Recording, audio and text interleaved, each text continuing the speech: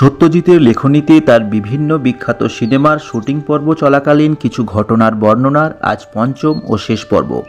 প্রথম পর্বে ছিল পথের পাঁচালী সিনেমা, দ্বিতীয় পর্বে ছিল গুপি গাইন বাঘাবাইন সিনেমা, তৃতীয় পর্বে ছিল সোনার কেল্লা সিনেমা এবং চতুর্থ পর্বে ছিল হীরক রাজার দেশে সিনেমার শুটিং পর্ব চলাকালীন কিছু ঘটনার বর্ণনা পরিচালকের নিজের লেখনীতে।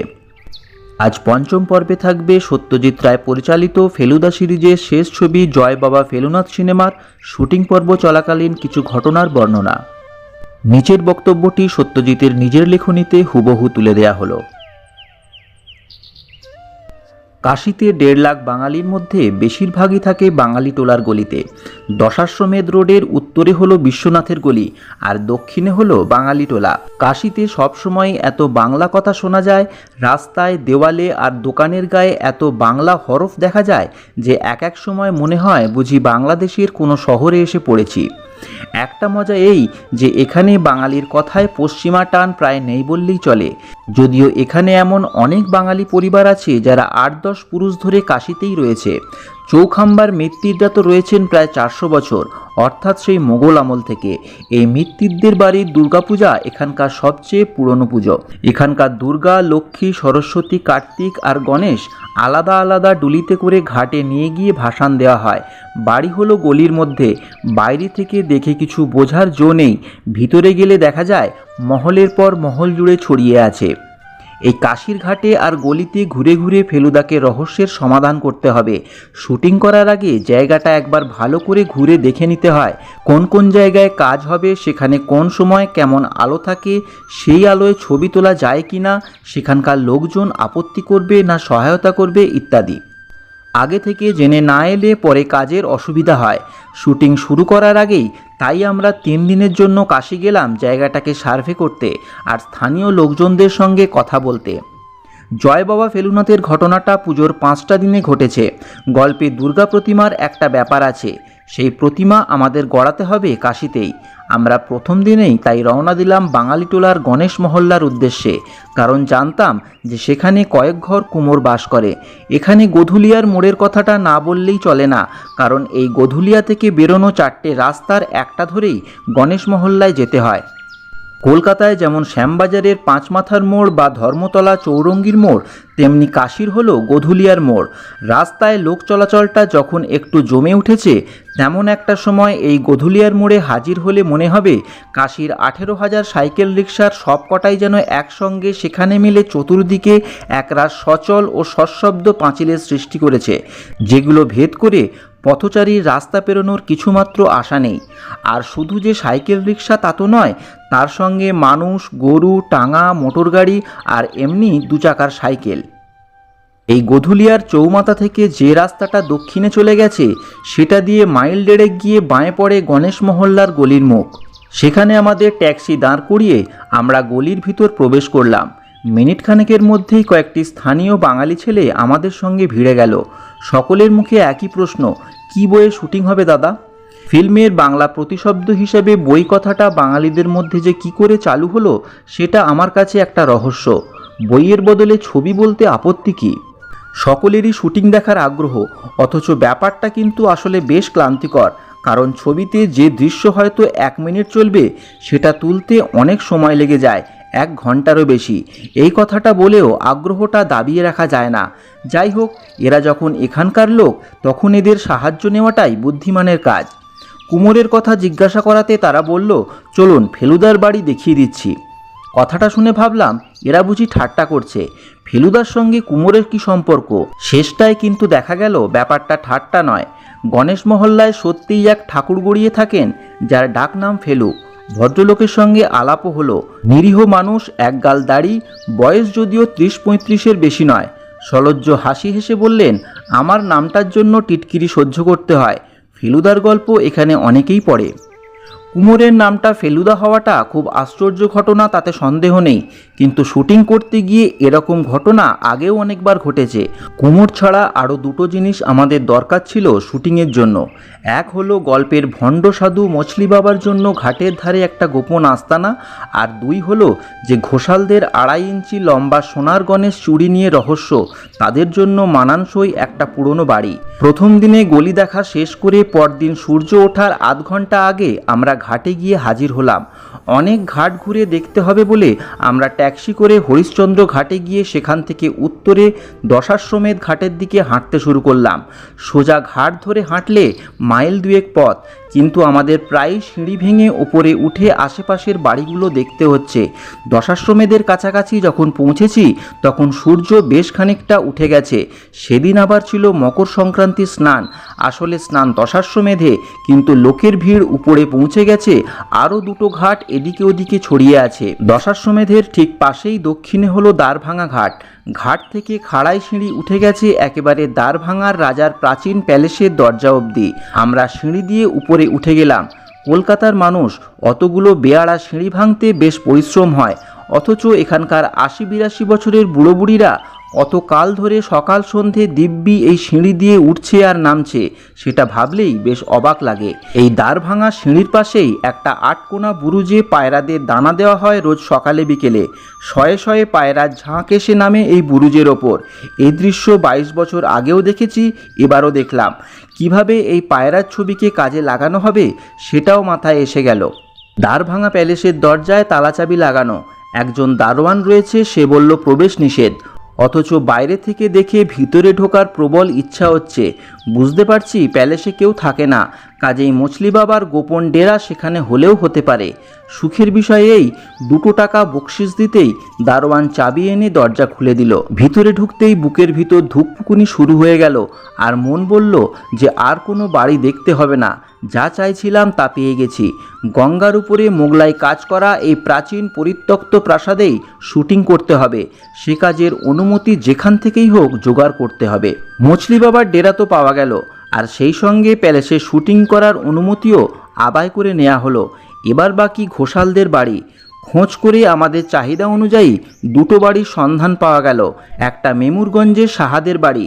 গিয়ে দেখলাম মোটামুটি গল্পের বর্ণনার সঙ্গে মিলে যাচ্ছে, কিন্তু তার আশেপাশে বেনারসের কোনো চিহ্ন নেই।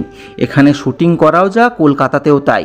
এ বাড়ি বাতিল করে আমরা তাই চলে গেলাম নাগোয়া। এই নাগোয়ার ঘাট থেকেই সাঁকো পেরিয়ে রামনগর যাওয়া যায়। নাগোয়ার যে অংশে বাড়ি দেখব সেটার নাম লঙ্কা। বাড়ির মালিক ছিলেন উত্তরপ্রদেশের কোনো বিশ্ববিদ্যালয়ের ভাইস চ্যান্সেলর জ্ঞান চক্রবর্তী। তিনি মারা গেছেন অনেক কাল। বাড়ির মধ্যে যে জিনিসটা সবচেয়ে বেশি তাক লাগিয়ে দেয় সেটা হলো ছাদ। এই ছাদে বেশ কিছু দৃশ্য তুলতে হবে, কারণ ছাদেই হলো গল্পের খুদে নায়ক রুক্মিণী কুমার বা রুকুর খেলার ঘর। যেমন ঘর গল্পে ছিল ঠিক তেমনই একটা ঘর রয়েছে ছাদের সিঁড়ির ঠিক ডান দিকে।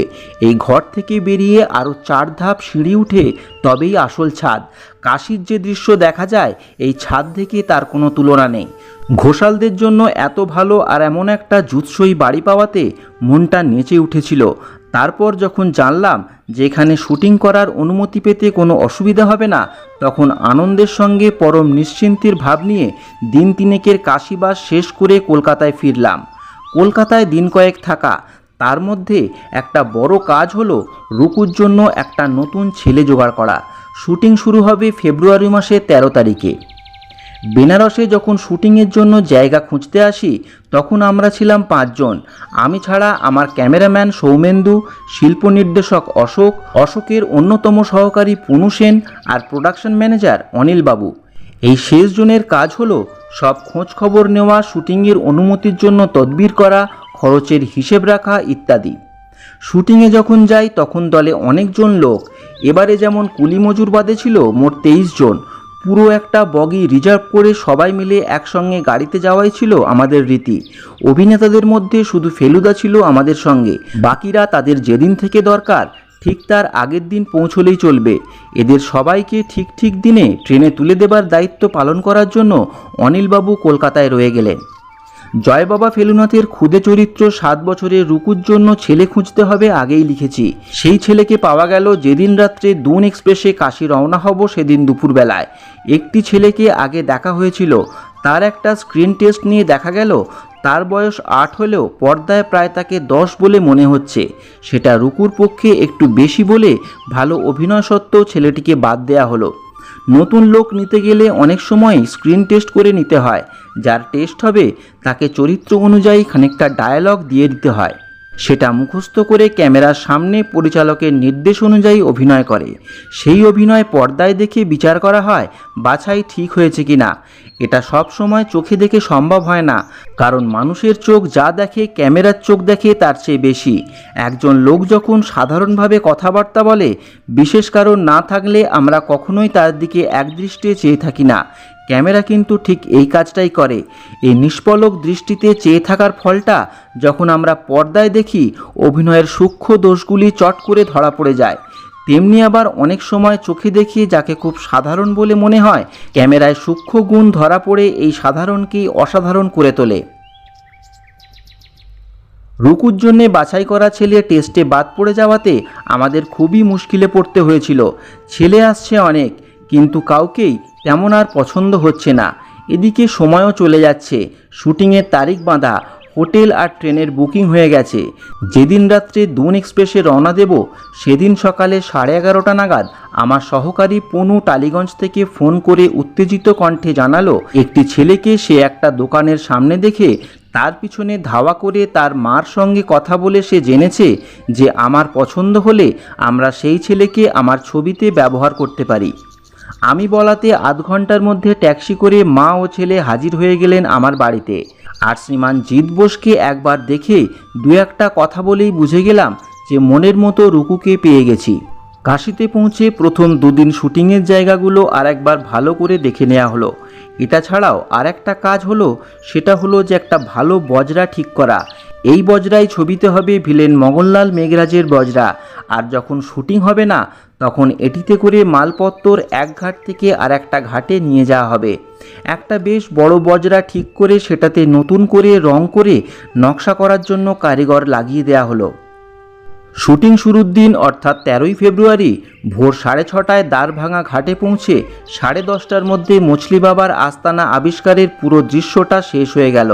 যারা ফিল্ম করে তাদের একটা হিসেব আছে যে দিনে যদি 3 মিনিটে ছবি তোলা যায় তাহলে বুঝতে হবে যথেষ্ট কাজ হয়েছে। 3 মিনিটের ছবি মানে পর্দায় দেখাতে যেটা 3 মিনিট সময় নেবে, এই হিসেবেই যে ছবি পর্দায় চলবে 2 ঘন্টা অথবা 120 মিনিট, সে ছবি তুলতে গড়ে প্রায় 40 থেকে 45 দিন সময় লাগে। স্টুডিওর 8 ঘন্টা কাজের মধ্যে 3 মিনিটে ছবি তোলা কঠিন নয়, কিন্তু আউটডোরে মাত্র একটা সকালে আজ আমরা প্রায় রেকর্ড করে ফেলেছি ছবির প্রায় 5 মিনিটের পর্দার দৃশ্য। প্রথম দিন বলে ঘাটে শুটিং দেখার জন্য বেশি ভিড় হয়নি। যারা এগিয়ে এসে শুটিং দেখার বেশি আগ্রহ প্রকাশ করেছিল তাদের দিয়ে ঘাটে হাঁটাচলা করিয়ে শটেই কাজে লাগিয়ে নেওয়া গেল। সব রকমের লোকই ঘাটে হাঁটাচলা করে, কিন্তু ছবিতে দেখাতে গেলে এমন লোক চাই যাদের কাশির ঘাটে মানায় ভালো। এই সমস্ত লোকের জন্য দৃষ্টি সজাগ রাখতে হয়। শুধু মানুষ নয়, গরু, ছাগল, কুকুর এসবও এইভাবে কাজে লাগিয়ে নিতে হয়। ইচ্ছে করলে পুলিশ লাগিয়ে ঘাটকে ঘাট খালি করে দিয়ে শুধু অভিনেতাদের দিয়ে কাজ করানো যায়, কিন্তু বেনারসের ঘাটে একমাত্র ফেলুদাই চলে ফিরে বেড়াচ্ছে, এ দৃশ্য একেবারেই বিশ্বাসযোগ্য হতো না। তাই লোক জোগাড়ের জন্য এত মেহনত করতে হলো। এখানে বলে রাখি যে প্রথমবার দ্বারভাঙা প্যালেসে ঢুকে উঠোনের ডান দিকে যে স্তূপীকৃত পুরনো আসবাব দেখেছিলাম, আজ তার সমস্তটুকু দড়ি দিয়ে বেঁধে একতলা থেকে দোতলায় চালান করে দিতে হলো। সেগুলো রাখা হয়েছিল দোতলার বারান্দার একটা কোণে। আচমকা মছলি বাবা এসে পড়ায় এই ভাঙা আসবাবের স্তূপের পিছনেই লুকোতে হয়েছিল ফেলুদাকে। সকালের কাজ শেষ করে 11:30টার মধ্যেই যে যার হোটেলে ফিরে এলাম। বিকেলের প্রোগ্রাম হলো 4টের মধ্যে আবার ঘাটে হাজির হওয়া। মগনলাল বজরা করে মছলি বাবা দর্শনে আসছেন সেই দৃশ্য শুটিং করা হবে। প্রথম দিন সকালে দ্বারভাঙা ঘাটে শুটিংয়ে বিশেষ ভিড় না হলেও বিকেলে সেই একই ঘাটে গিয়ে দেখি তার চেহারাটা হয়েছে ফুটবল স্টেডিয়ামের মতো। শুধু ঘাটে কেন, গঙ্গার বুকেও হঠাৎ নৌকার সংখ্যা বেড়ে যাওয়ার কারণ হচ্ছে যারা ডাঙায় জায়গা পাননি তারা জল থেকে শুটিং দেখার মতলব করছে। ঘাটে ভিড় হবে সেটা আন্দাজ করেছিলাম, তাই সঙ্গে করে মোটা দড়ি আনা হয়েছিল। সেটা বার করে ভানু আর কামু কর্ডন তৈরি করতে ব্যস্ত হয়ে পড়ল। এইসব অবস্থায় মেজাজ গরম করে লাভ হয় না, সবাইকে মিষ্টি কথায় বুঝিয়ে দিতে হয় ভিড় করে এগিয়ে এলে আমাদের কাজের কী ধরনের ক্ষতি হয়। যখন বলা হলো যে কাজের জায়গাটুকু খালি করে না দিলে আমরা কাজ বন্ধ করে ক্যামেরা গুটিয়ে সরে পড়ব আর তাহলে কারুরই কিছু দেখার থাকবে না, তখন সকলেই মোটামুটি ভদ্র হয়ে দড়ির পিছনেই রয়ে গেল। এদিকে উৎপল দত্ত উত্তরে দুটো ঘাট দূরে বজরার মাথায় আরাম কেদারায় রেডি হয়ে বসে আছে। আমাদের একজন লোক সেই ঘাটে রাখা হয়েছে, আমরা তৈরি হলে তাকে সিগন্যাল করব, তখন তার ইশারায় মগনলালের বজরা আমাদের ঘাটের দিকে রওনা হবে। দ্বারভাঙা ঘাটে ফেলুদা, লালমোহন আর তোপসে রেডি হয়ে আছে, আর তাদের সঙ্গে আছেন লিটল থিয়েটারের সত্য বন্দ্যোপাধ্যায়, যিনি ক্যালকাটা লজের ম্যানেজার চক্রবর্তী মশাইয়ের পাঠ করছেন।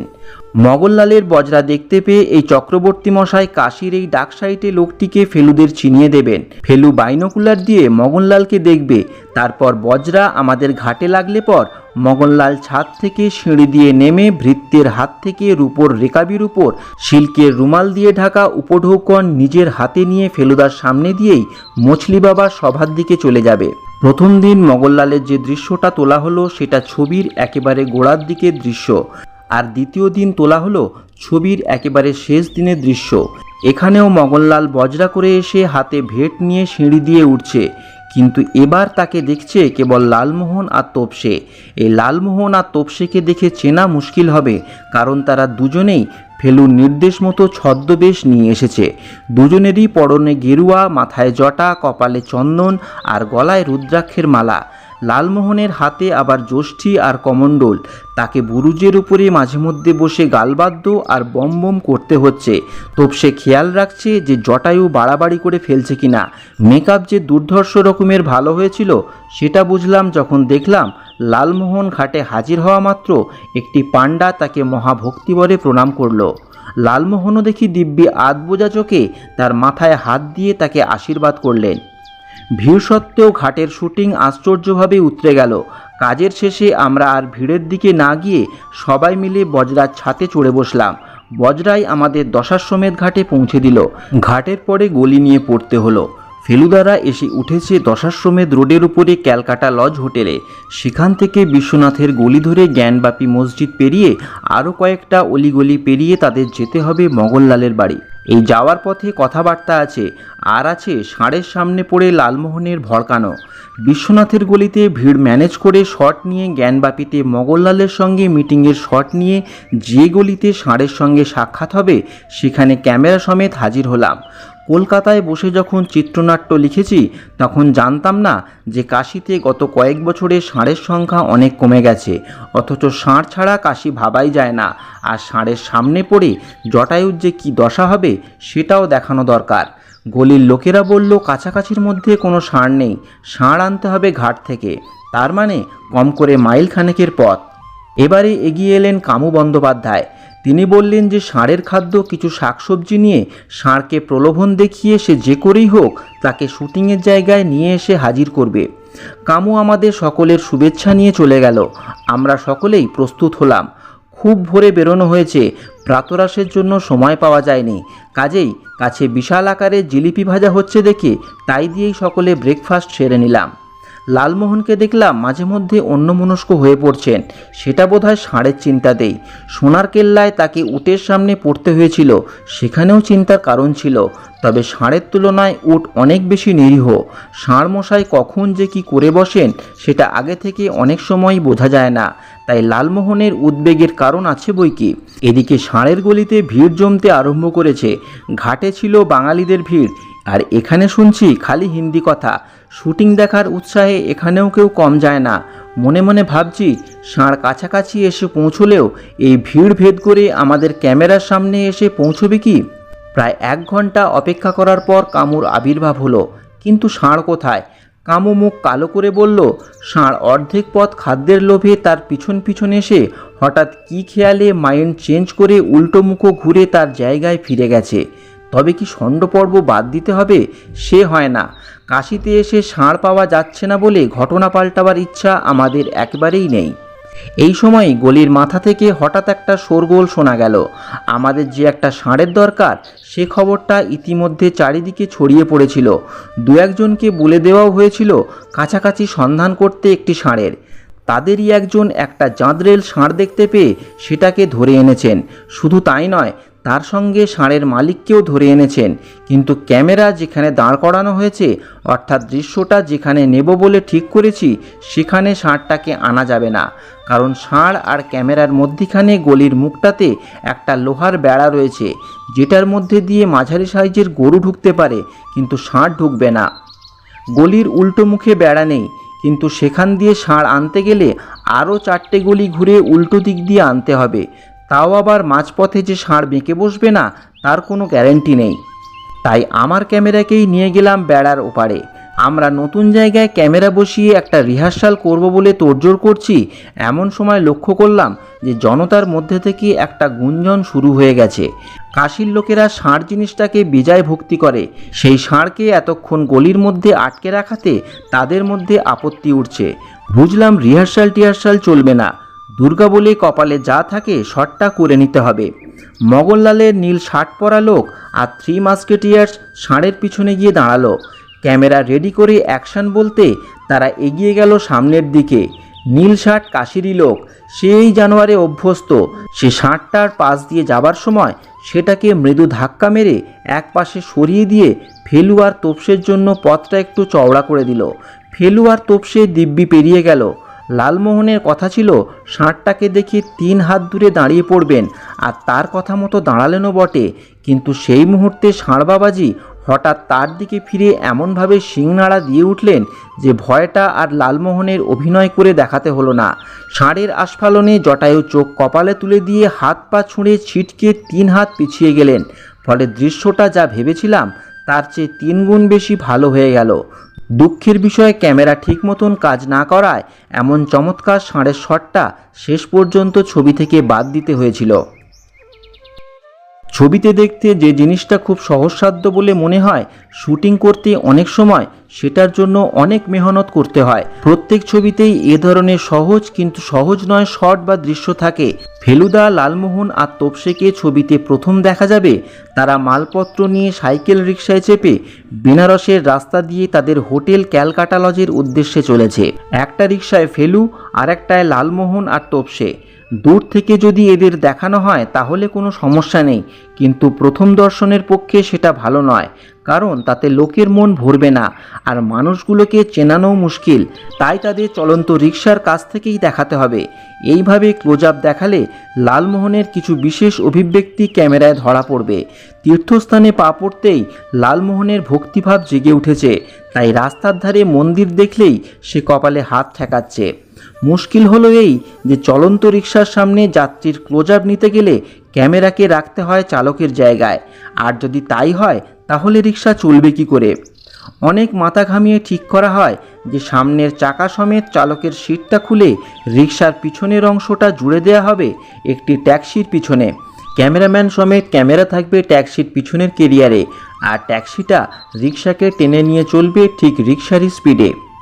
একটা রিকশাওয়ালাকে বলাতে সে তার গাড়িতে এই সার্জিক্যাল অপারেশনটা করাতে রাজি হয়ে গেল। চালকের অংশ খুলে ফেলা হলো, আর বাকি অংশটা আমাদের কাজের জন্য বহাল করা 3টে ট্যাক্সির একটার পিছনে দড়ি দিয়ে বেঁধে দেওয়া হলো। তারপর কেরিয়ারের ঢাকনা খুলে ফেলে ক্যামেরা বসিয়ে সেটাকেও দড়ি দিয়ে বেঁধে ফেলা হলো।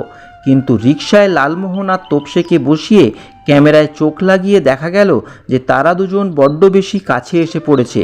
যাত্রীদের যখন আর পিছনো যাবে না তখন ক্যামেরাকেই পিছোতে হবে। শেষটায় গাড়ির পিছনের কাচ খুলে ফেলে ক্যামেরা হাতে নিয়ে পিছনের সিটে উল্টো দিকে মুখ করে চোখ লাগিয়ে দেখা গেল এবারে ঠিক যেমনটি চাই তেমনটিই হয়েছে। আমাদের এই গলির দৃশ্যে একটা সমস্যা দেখা দিয়েছিল, সেটা হলো 3 জন দূর থেকে কথা বলতে বলতে এগিয়ে আসছে। এই কথা যিনি রেকর্ড করবেন তিনি থাকবেন কোথায়? তিনি তো আমাদের সঙ্গে সঙ্গে হাঁটতে পারবেন না, তাহলে তো তাকে ক্যামেরায় দেখা যাবে। বাঙালিটোলার এই দৃশ্যের সাউন্ড তোলার জন্য আমরা একটা ফোন দিবার করেছিলাম। লালমোহনের কাঁধে দিয়েছিলাম ছোট্ট একটা ঝোলা, আর সেই ঝোলার মধ্যে পুরে দেওয়া হয়েছিল ছোট্ট একটা ক্যাসেট টেপ রেকর্ডার। শটটা শুরু হবার ঠিক আগেই সেটাকে চালু করে দেয়া হতো, আর শট শেষ হলে সেটাকে ঝোলা থেকে বের করে দেখে নেওয়া হতো কথা ঠিকঠাক মতো বোঝা যাচ্ছে কিনা। বলা বাহুল্য, ঝোলা লালমোহনের কাঁধে থাকলেও টেপ রেকর্ডারে 3 জনের কথাই দিব্যি রেকর্ড হয়ে যেত। কাশিতে আমরা সব শুদ্ধ মোট 13 দিন শুটিং করেছিলাম। দিনে 3 মিনিটের হিসেবে দেখা যায় এই শুটিংয়ে জয়বাবা ফেলুনাথের 3 ভাগের 1 ভাগ তোলা হয়ে গিয়েছিল।